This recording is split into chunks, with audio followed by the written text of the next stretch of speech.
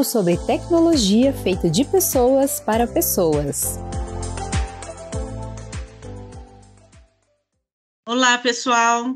Estamos aqui em mais uma edição do podcast da Plusoft e hoje contamos com a presença do Rodrigo Mumu. Ele é publicitário e fundador do canal Black People. Hoje a gente está aqui para falar do tema afrofuturismo, tá? Esse tema ele é decorrente das ações que nós, do Comitê de Diversidade da Plusoft, estamos fazendo em comemoração ao mês da consciência negra, né? E este mês a gente está trabalhando aqui com orgulho e celebração, né? E por isso que estamos trazendo aqui o tema de afrofuturismo. Para quem não sabe, não está familiarizado com o termo, afrofuturismo é um movimento social e cultural que cria narrativas por protagonismo negro. Rodrigo, vou pedir para você se apresentar para a gente, por favor, né? Para você falar aí um pouquinho sobre você, sobre o seu projeto, né? E como você vê esse movimento de afrofuturismo que está rolando aí ultimamente. Se apresente, por favor. Maravilha. Primeiramente, obrigado Plusoft, obrigado Sil pelo convite. É um prazer sempre falar de afrofuturismo, falar de nossa história, falar de quem nós somos. Para quem está no ônibus, no metrô, dirigindo, em casa, seja lá onde você estiver e nos estiver ouvindo, fica com a gente aqui, não pula, não vá fazer outras coisas. Esse momento é muito bacana e nós temos muita coisa bacana para trocar de ideias e eu acho que é muito válido para você ouvir esse papo. Então, acompanhe aqui conosco, eu tenho certeza que alguma coisa vai acrescentar para você. Como a Sil mencionou, meu nome é Rodrigo Mumu, eu trabalho na área de marketing digital tem 16 anos, sou um homem negro, careca, casado, estou com 36 anos, sou formado em marketing, tenho especialização em marketing digital, sou um amante de viagens e mundo afora, cara com mais objetivo na vida de conhecer o mundo como um globo, ou seja, nós sermos cidadãos globais, ou seja, ver o planeta de uma forma só. E gosto muito de trocar essas ideias exatamente para eu aprender e para eu também compartilhar. Então, acho que nessa tarde aqui, como nós estamos, me coloco à disposição aí para qualquer pauta para nós falarmos. Legal, Rodrigo. Conta para a gente um pouquinho aí sobre o seu canal no YouTube, o Black People, né? E como você se sensibilizou aí nesse movimento de afrofuturismo? O que fez você entrar nessa jornada, né, com o Black People, trazendo aí o protagonismo negro voltado aí para a música, para a arte? Maravilha. Vamos lá. O Black People, ele é um projeto lindo, um projeto feito com muito carinho, muito amor, exatamente para valorizar a cultura negra de forma geral. Nós estamos muito acostumados a ver nos canais de entretenimento o negro sendo sempre não protagonista, e normalmente os papéis são sempre subjugados ali, né? A gente, quando é uma mulher, ela tem os papéis ali ou de uma vilã, ou de uma empregada doméstica, ou o papel de escravizada, nunca como uma musa, nunca como uma empresária, como algo bem sucedido. E quando o homem, geralmente é o segurança, normalmente é o traficante, é o dono do cara do presídio, e a gente deu uma saturada já com isso, né? Toda vez que você reforça estereótipo, isso reflete diretamente na nossa sociedade, não tem como. E o Black People, no meio da pandemia, a gente assistindo muitos podcasts, porque eu não podia sair de casa, né?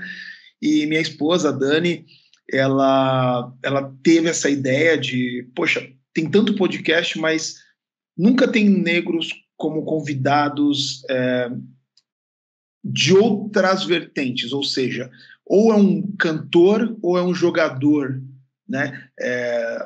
Não tem um médico, não tem um empresário, não tem um publicitário, não tem não tem. Normalmente, papéis do dia a dia são preenchidos por pessoas brancas. E aí nasceu essa ideia, e o Black People, ele, em 2011, de 2011 até 2014, ele foi uma rede social, ele foi a primeira rede social cultural brasileira. Iniciou como uma rede social sobre cultura negra.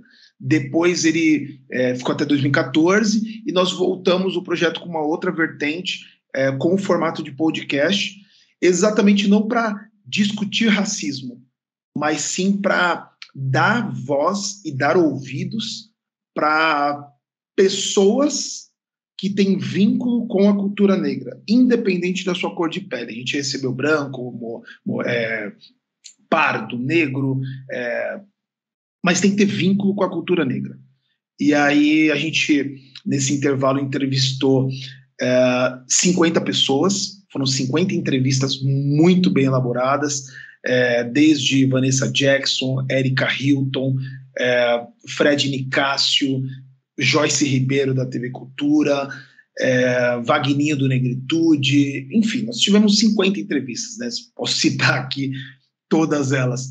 E o projeto, ele tinha uma segunda vertente, que era musical, que nós chamamos de Sala BP, que é exatamente homenageando ali a Sala São Paulo, que era um espaço de música que nós convidamos um artista independente, convidamos para o nosso estúdio, nós gravamos gratuitamente um clipe profissional, masterizado, mixado, para que ele tivesse o melhor conteúdo para ele divulgar nas suas redes sociais, divulgar o seu trabalho. Então era uma troca, o artista me dava seu tempo e o seu talento, e eu oferecia para ele gratuitamente um clipe, porque muitas das vezes ele não tem um acesso para isso. Então a Sala BP, ele nasceu com esse intuito. Nós gravamos 27 salas, tivemos um feedback extremamente positivo com os artistas participantes, e todos eles me disseram a mesma coisa. Poxa, Rodrigo, nós não temos condições, muitas das vezes, financeiras de gravar um EP, um material, um clipe, e a Sala BP nos abriu essa oportunidade, é muito rica para o nosso trabalho, e até serve para publicar isso no YouTube, publicar isso nos canais online, no próprio Spotify, e até enviar nosso material para uma empresa, para um dono de um festival, para nós podermos participar. Então a Sala BP, ela também é muito rica para esse momento que o Brasil está. Legal, Rodrigo. E aí, falando um pouquinho aí da questão do como se ver, né, as pessoas pretas e o porquê que é importante o movimento de afrofuturismo, né, para trazer essa questão cultural e intelectual até, né, olhar o homem negro, a mulher negra também como seres pensantes, né, e não Sim. só pelo físico, enfim. E entrando nessa linha literária, a gente tem aí Machado de Assis, né, que ele é considerado por muitos como um dos maiores nomes da literatura brasileira, né? Ele, que era um homem negro, foi um dos maiores referenciais da cultura nacional e mundial, né? E qual é a importância desse tipo de representatividade, de notoriedade para as gerações atuais e futuras? Interessante a pergunta. Machado de Assis, ele é uma figura icônica e uma figura extremamente necessária. E, ao mesmo tempo, uma imagem preservada, porém distorcida, né? A gente cresceu ouvindo que Machado de Assis era branco, nós crescemos vendo foto dele com cabelos cacheados, mas com semblante, com traços europeizados. E como que a sociedade nos permitiu, nos livros, na história, professores falar para os seus alunos esconder a negritude de Machado de Assis, né? Eu separo sua pergunta aí em 3 partes, né? Primeiro que ele foi fundador da Academia Brasileira de Letras, né? Então, não só um literário, mas uma pessoa extremamente importante para o nosso movimento literário. Então, ele é um dos patronos, né? Um dos fundadores da associação. E aí tem essa questão do processo de embranquecimento que o Brasil sempre fez, né? O Brasil, eu costumo dizer que nós negros nunca fomos bem-vindos aqui no Brasil, né? Nós chegamos de forma errada, crescemos de forma errada e estamos hoje sendo aceitos, né? Sendo engolidos, vamos dizer assim. As pessoas engolem o negro, basicamente, né? E aí, quando a gente fala de processo de embranquecimento, a gente está falando de Machado de Assis, a gente também está falando de Jesus, né? Como que a Igreja Católica nos permitiu ver Jesus com olhos azuis, cabelos longos. Jesus, quando tudo indica que aquela região palestina, Oriente Médio, quase na África, não tinha, naquele momento, pessoas de olho azul e cabelos loiros, né? E tanto que fala, em alguns trechos ali bíblicos, que Jesus passou pelo Egito para se esconder, né? Como que um cara branco, dos olhos azuis e cabelos loiros, foi para o Egito para se esconder? Ele seria o primeiro. Desapercebido, né? Não tem como ele passar desapercebido. Ele passou desapercebido porque ele era negro. Ele tinha pele escura, ele tinha traços fortes, cabelos crespos. E ir para a branquitude, isso é muito difícil de reconhecer, né? A maior religião mundial, vamos dizer assim, ter um líder como uma figura negra, isso nunca seria aceito, porque o negro sempre foi condicionado a algo ruim, a algo inferior, e isso não é vitimismo, é história e comprovação diária de como somos tratados, né? E aí, esse processo de embranquecimento, ele é um câncer que aconteceu no mundo, e a gente hoje desmistifica isso diariamente, exatamente para termos nosso espaço, né? A Viola Davis, ela também comenta algo muito importante disso, que ela fala da importância exatamente de que a representatividade é nós materializarmos os nossos sonhos numa pessoa. Então, quando você pega uma criança preta na periferia e ela abre o livro e vê uma foto de um homem negro como um dos maiores pensadores da história mundial, ela também se inspira a ser igual. Mas quando ela abre o livro, vai para a sala de aula e ela só vê uma história europeia, isso é muito marcante negativamente. Aí entra aquele processo na infância do auto-ódio, de não querer ser negro, de não aceitar ser negro. Eu tive amigos que eu não sou negro, eu sou um moreno escuro, sabe? A pessoa tem que inventar um termo só para não se auto-reconhecer como pessoas pretas, sabe? Então, Machado de Assis, para mim, ele é uma figura extremamente importante, necessária. Me sinto mal de saber da sua existência como homem preto só na minha fase adulta. Talvez isso teria mexido mais comigo na minha infância e adolescência, como identificação, né? Quando um menino branco que mora numa zona sul de São Paulo, por exemplo, estudando no colégio particular, e ele abre o livro e ele vê Shakespeare, ele vê todas aquelas figuras, isso representa para ele, também posso, é só meu antepassado, é alguém parecido comigo. Então ele consegue se materializar ali, e os seus sonhos eles acabam não sendo frustrados. Basta ele continuar na sua escola, na sua carreira, na sua família, que tudo vai cooperar para que ele tenha sucesso. E aí nós negros temos essa questão de... Todos os negros ouviram na infância: você tem que correr 2 vezes, uma para alcançar e a outra para ultrapassar. Então, é muito duro você falar isso para uma criança, sabe? Então, Machado de Assis, hashtag tá no nosso coração. Legal, e trazer aqui um pouquinho da questão da sensibilidade, né, também, voltado à parte cultural, né? Falando aqui um pouquinho de música, vamos falar de Gilberto Gil. Ele tem, o mestre Gilberto Gil, ele tem uma música de 69, 1969, chamada Cérebro Eletrônico. E aí tem um trecho que diz: só eu posso pensar, se Deus existe, só eu. Só eu posso chorar quando estou triste, só eu. Eu caco meus botões de carne e osso, eu falo e ouço. Aí, nesse trecho, a gente consegue, né, entender a sensibilidade de um homem preto, né, que ele também pode ter uma sensibilidade. Que um homem preto que reflete, né, que pensa e que chora, né? Isso traz profundidade na construção do personagem. E aí eu queria te perguntar, né, quão importante é para o movimento afrofuturista falar sobre a pessoa sentimental, sobre o negro sentimental?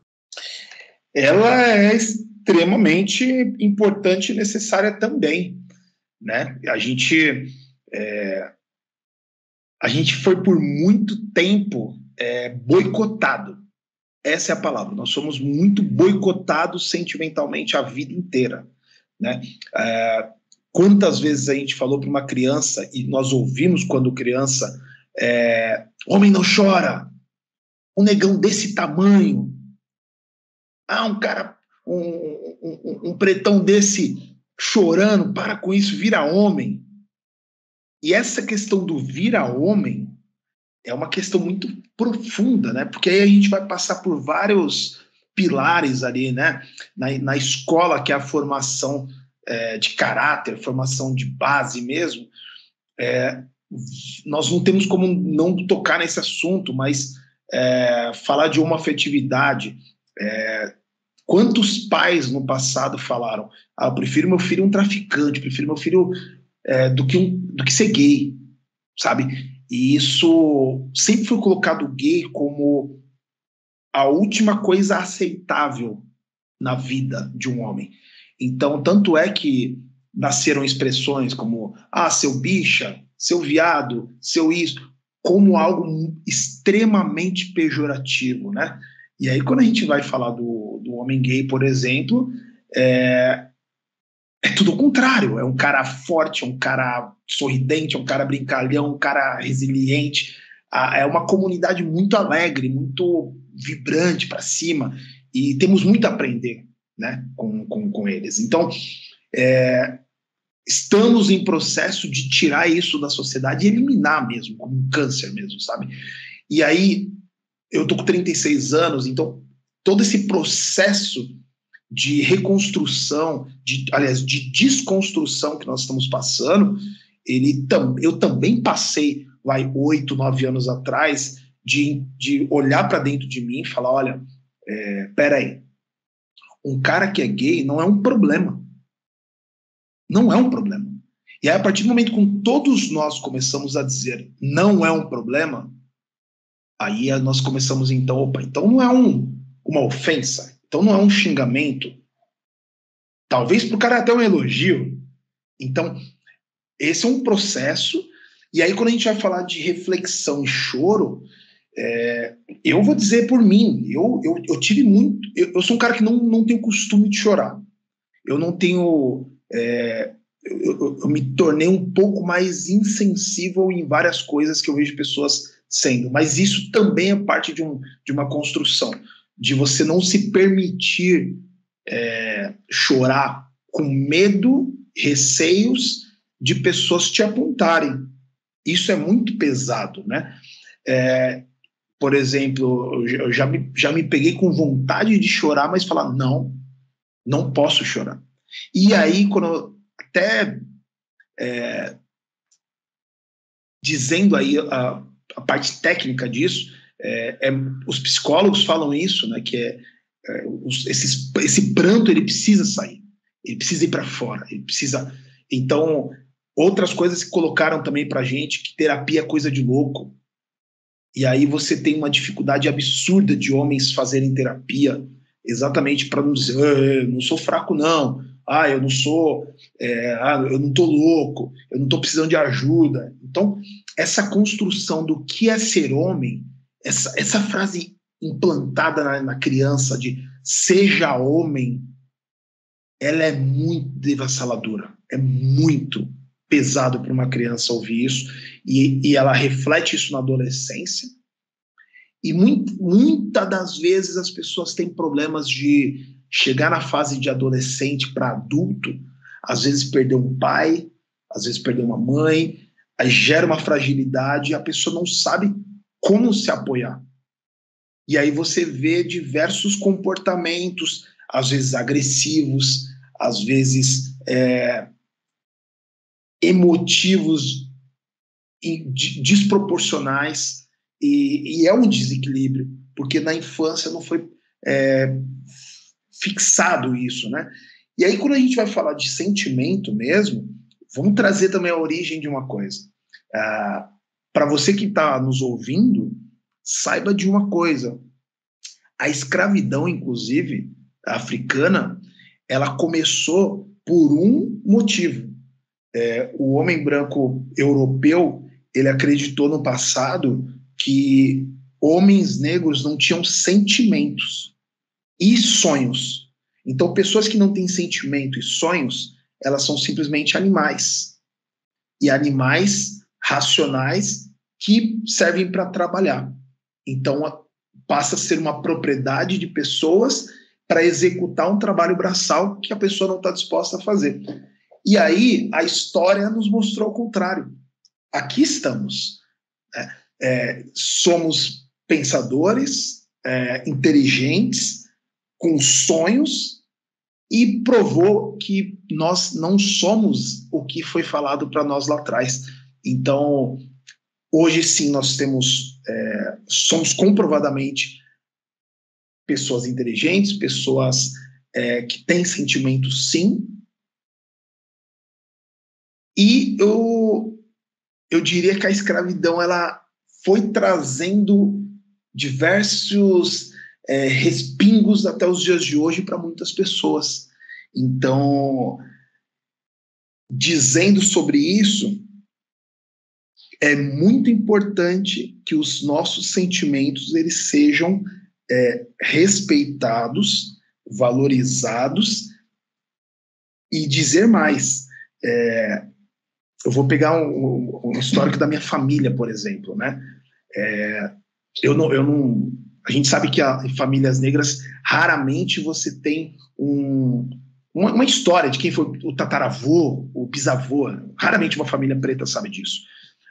Na minha família eu vou pegar, por exemplo, meu avô. Meu avô, não sei, meu avô faleceu quando meu pai tinha 9 anos, então a gente não sabe muito.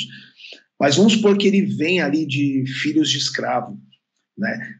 Até para você, o meu bisavô passar para o meu avô, que o meu bisavô passou para o meu pai foi um cara extremamente desconstruído a vida inteira, então foi o único cara que saiu do quintal da família para tentar uma vida em Guarulhos, deu certo, teve 2 filhos, esses 2 filhos hoje estão bem encaminhados, graças a Deus, e eu estou dizendo que lá do começo da escravidão 1500, na minha linha,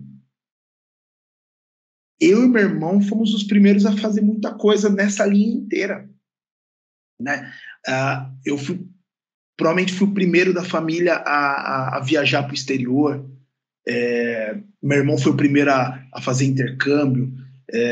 Então, tudo isso passa pela linha do sentimento.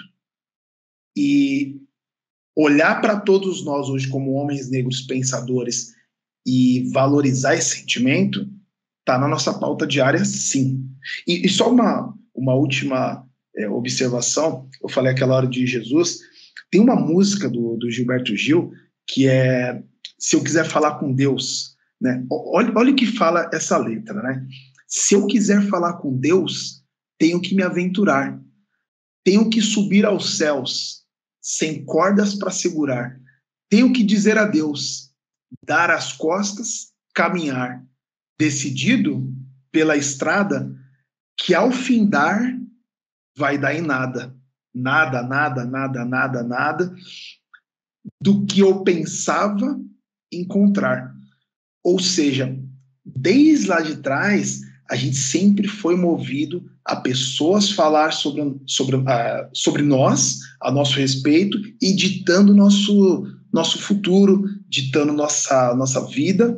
E quando ele fala isso, se eu quiser falar com Deus, e no final ele diz que no final não vai dar em nada do que eu pensava encontrar. Então, eu deixo essa reflexão também para todo mundo que está nos assistindo, que você trilhe também o seu caminho sentimental e trilhe seu caminho de escolhas. De escolhas.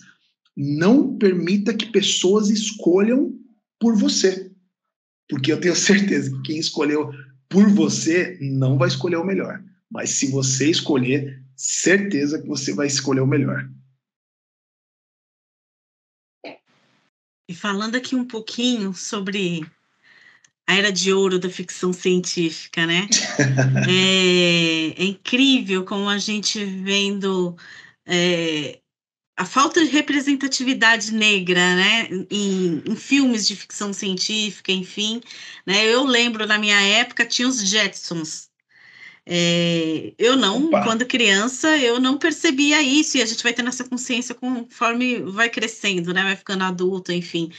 Você não vê um branco, um negro no desenho, né, é um desenho falando de futuro, né, com tudo tecnológico e tal, e você não vê pessoas negras ali, né, com robôs, enfim. Por que será que é tão pouco explorado, né? Por que será que a gente olhando o futuro nesses filmes, nesses desenhos, enfim, a gente não vê pessoas negras? É um apagamento? O que é isso para você? Para mim, é o que eu falei no começo, que nós nunca fomos bem-vindos mesmos, né?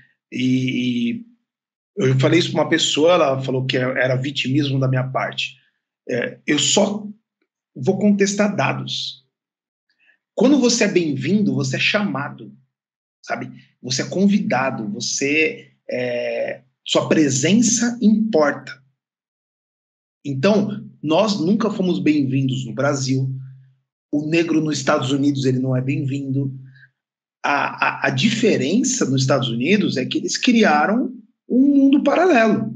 Eles criaram produtoras, eles criaram canais de TV, eles criaram entretenimento próprio para vender a cultura negra, a comunidade negra, como algo positivo. Aqui no Brasil, não.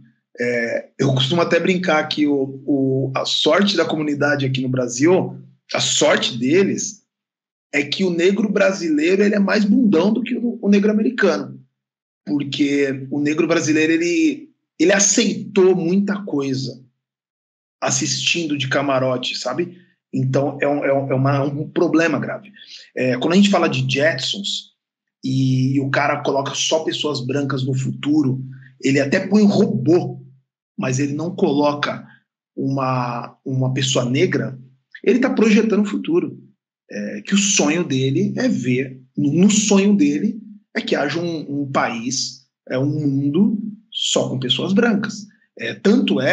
Eu vou deixar um livro para enfim, quem quiser ler, chamado Onda Negra, Medo Branco. Esse livro, ele relata os últimos 20 anos antes da assinatura da Lei Áurea aqui no Brasil. Então ele conta o relato dos pensadores da época sobre o que nós faríamos com os africanos aqui no Brasil se libertasse da escravidão. E aí cada um tinha um pensamento ali de manda de volta para a África, manda matar, traz os europeus e manda todo mundo embora. Cada um tinha um pensamento. E aí, tendo essa linha de pensamento, eu sugiro que vocês leiam esse livro, inclusive. Os Jetsons, de forma geral, eles projetaram. Vamos lembrar que numa época que tinha blackface, né? para não dar o papel de ator para um negro, eles pintavam a cara de preto de atores brancos, né? Pintava de rosa ali a boca, simplesmente para fazer uma figura caricata da pessoa negra em si. E não é só os Jetsons, né? A gente tem Speed Racer, que é um desenho de corrida, que também é futurista. Nós tínhamos os Flintstones. Os Flintstones, ele pega a época dos primórdios, Homo sapiens, toda aquela galera lá de trás, e também não tinha negro no desenho. Então, o que eles estavam querendo dizer ali naquele momento? Cara, o negro nem esteve no presente, aliás, no passado, tá aqui no presente, mas a gente precisa fazer alguma coisa, e no futuro eles não estarão mais. Então, se você pegar a linha de tempo desses desenhos, eles nos dizem isso. Para quem gosta de videogame, né, fliperama, essas coisas todas, vocês vão lembrar bem que tinha um desenho chamado Street Fighter.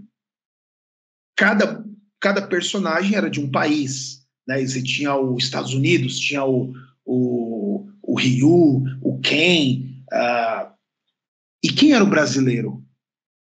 Era o Blanka.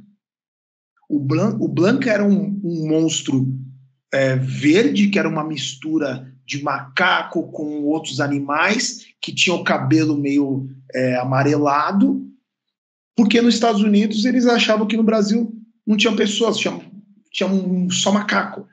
Então era uma figura dita isso nas entrelinhas, né? Pô, o Blanka do Brasil, sabe? Então, se a gente for pegar esse histórico, nós, negros, nunca fomos bem-vindos aqui. Eu acho que nesse momento está um pouco em auge, no auge você falar desse destaque negro, mas a gente está falando aí de migalhas que sobram da mesa ainda. Se você pegar as grandes blogueiras negras, elas trazem muito público, milhões de seguidores, mas o cachê delas é 40% de uma blogueira branca. Se você trouxer, um ator, uma atriz negra bonita, bem-sucedida, corpão, como dizem, e comparar com Débora Seco, Paola de Oliveira, Juliana Paz, e você comparar cachês, continua tudo como estava. Então, tá no auge colocar alguns negros ali em destaque, mas quando a gente vai falar de dinheiro no bolso, sempre é cortada essa verba pela metade, no mínimo. Então, isso é um problema que a gente precisa resolver urgente. E também fica muito limitada a poucas pessoas essa visibilidade, né? Um país que tem mais de 50% da sua população negra, a gente vê sempre os mesmos representando na música, no cinema, enfim, né? Fica muito limitado mesmo, né? Total. E tem um motivo para isso, né? Pega mal para os seus acionistas não terem negros. Pega mal, isso afeta a economia, isso afeta as ações da empresa, e aí você precisa colocar. E quando você vai colocar, você precisa dizer, quem falou que aqui não tem? Olha tal pessoa, olha aqui o Lázaro Ramos, olha aqui a Thaís Araújo. Tem sim. Cantor? Não, olha o Tiaguinho aqui. Olha aqui a Ludmilla. Então, é selecionado um grupo seleto, que sempre vão ser eles, né? Você tem a Isa, você tem você tem um grupo ali, no máximo 10 pessoas, que simplesmente são pessoas que vão ficar entre elas, bom para elas, só que para os novos não tem. Eu estava assistindo ontem uma série de férias com ex, um reality show, 95% brancos. E aí, todo ano, você publica para o mercado, você fomenta para o mercado novas pessoas brancas em destaque. Big Brother, todo ano você coloca no mercado ex-BBBs brancos, padrãozinho, que vão ganhar muito dinheiro. E eu estou falando exatamente sobre dinheiro. Para quem acha que é só por aparência, eu estou falando de dinheiro no bolso, que é a única moeda de defesa nossa.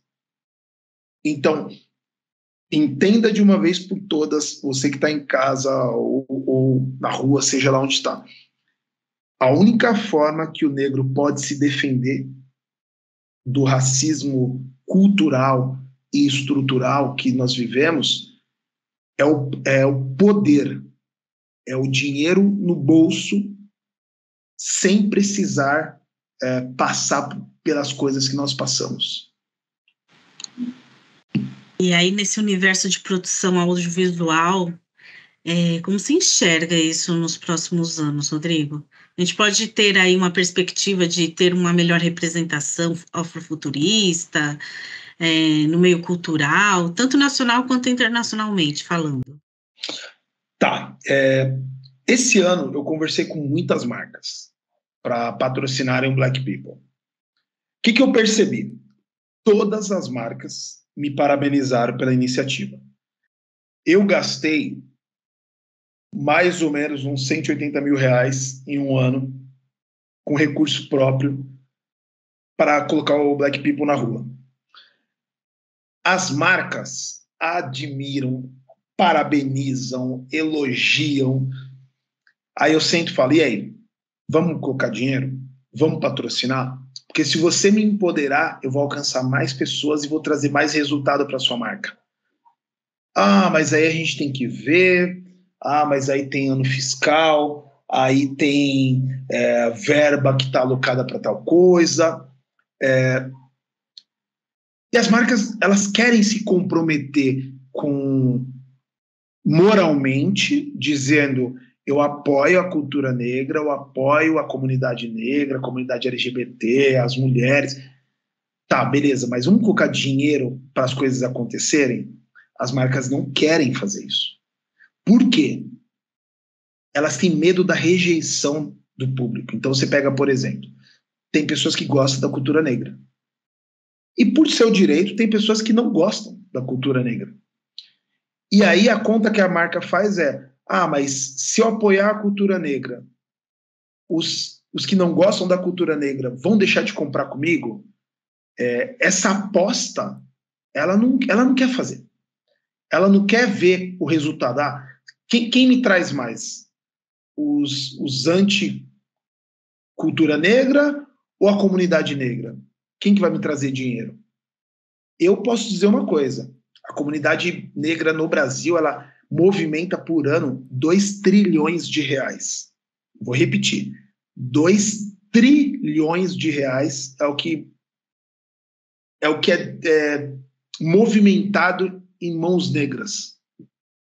Se você, marca, não entende isso, os negros representam 60% da classe C. Ou seja, cada 10 pessoas, 6 são negras. A classe C, segundo o IBGE, é a nova classe consumidora nos últimos 5 anos que mais fomenta o mercado, que tem cartão de crédito, que é a única que compra mais do que ganha, que está sempre, todo mês, nem que seja uma bolsa, uma sandália, a pessoa compra. 60% são negros. Quando você pega a classe D e E, 74%. Então, assim, apostar, você não está apostando no escuro, você está apostando numa comunidade que consome produtos. E 70% dos negros dizem que eu compraria mais dessa marca se essa marca me representasse de alguma forma. 70% dos negros. Então, eu acredito que esse novo momento do audiovisual, ele vai acontecer de 2 formas. Ou negros estarão naquela posição de dar canetada, ou seja, um diretor que assina pelo orçamento e inclui a diversidade real, ou seja, eu não aceito que nos meus comerciais de TV 90% sejam atores e atrizes brancos e 10% para negros. Eu não aceito isso. Eu vou trazer a representatividade brasileira. Se são 50% de negros, vai ter 50% de cachê para lá também, e cachê igual. A outra forma são empreendedores negros que estão acontecendo, que é o nosso caso. Novos empreendedores com câmera profissional na mão, com experiência de gravação, com experiência de edição, fazendo um belo de um trabalho e começar a criar conteúdos paralelos que geram engajamento, sim, com esses dois movimentos acontecendo, eu acredito que em 5 anos, aí pelo menos, de 3 a 5 anos, nós vamos começar a ver um movimento mais forte e mais realista. E aí eu quero dar uma mensagem também aqui. É muito importante para esse movimento que pessoas brancas comprem essa ideia. Pessoas brancas têm o privilégio de dar canetadas, de fazer indicações, e nós temos hoje muitas pessoas brancas que estão do nosso lado também. Pessoas brancas que acreditam, que apoiam, mas não de forma moral, mas que arregaça a manga mesmo. E, olha, então, segura aí que eu vou falar com meu amigo, e esse meu amigo vai abrir as portas para você. Cada vez que uma pessoa branca, ela apresenta um empreendedor negro para outro branco influente, ele está quebrando um sistema. Então, meu apelo fica para você, pessoa branca, que está nos ouvindo. Racismo não é um problema do negro. Racismo é um problema para ser resolvido dentro da comunidade branca. E quando a gente fala de sistema, o sistema também foi criado pela comunidade branca, para se proteger. Então, eu faço esse apelo de abrirem mão de privilégios, trazer pessoas empreendedoras negras para a sala de reunião, para a mesa, para debater e para dar canetada também para a gente construir um mundo mais igualitário. Rodrigo, muito bom bate-papo, né? Quero te agradecer muito por todo compartilhamento aí conosco, tá?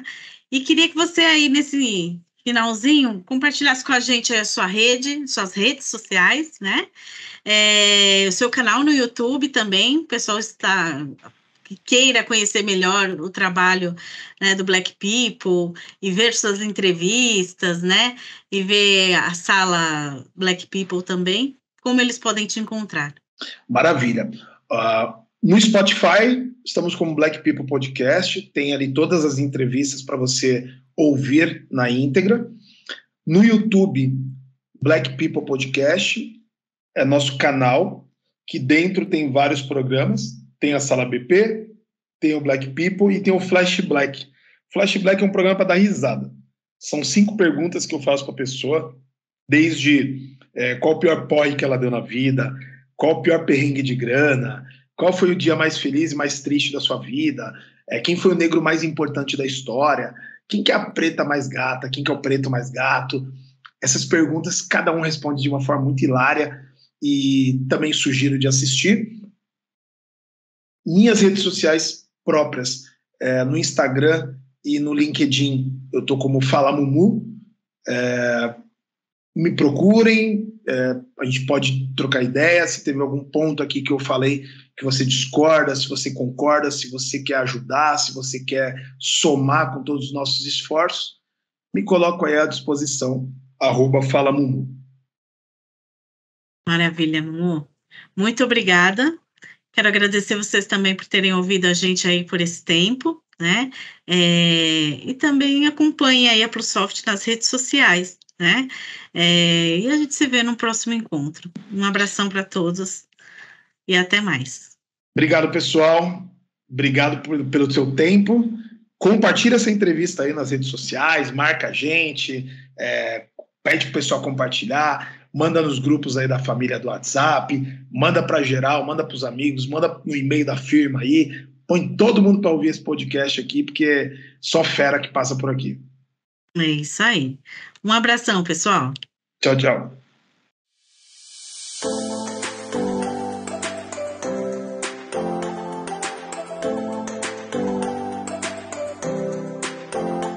Tudo sobre tecnologia feita de pessoas para pessoas.